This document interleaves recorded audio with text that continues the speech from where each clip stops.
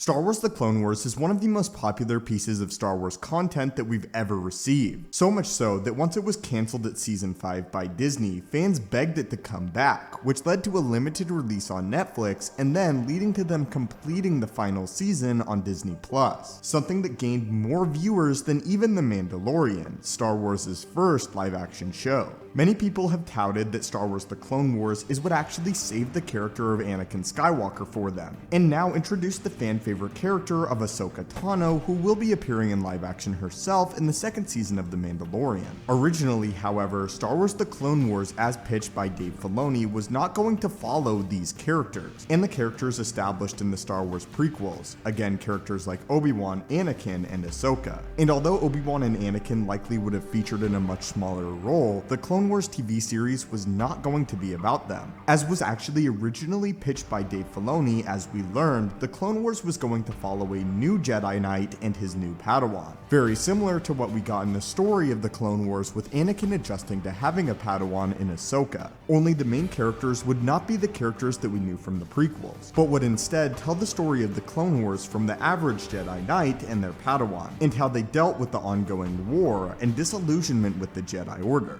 In the end, with feedback from George Lucas, they ultimately decided to use popular characters like Obi-Wan Kenobi and Anakin Skywalker in order to flesh out their story further in the animated form. And with George's blessing, this is what they ultimately decided on. However, this concept of following a new Jedi and his training of a new Jedi Padawan would eventually be adapted into Star Wars Rebels, and the original idea that Dave Filoni had for Star Wars The Clone Wars would be somewhat altered, but he would at least get to tell the story that he wanted to originally. Ultimately, I am so glad that they decided to flesh out characters like Obi-Wan, Anakin, and Ahsoka. And I'm of the opinion that the story of Clone Wars really fleshes out the character of Anakin. I don't think that the character needed saving, but I do think that it makes him a better one overall. Getting to see him interact with people that don't necessarily outrank him. See what Obi-Wan was talking about when he was a good friend in the original Star Wars movie. And we really got to see the heroic side of Anakin, as well as the development and trials that Obi-Wan went through facing off against Maul and other enemies. The Clone Wars to me is a near perfect show,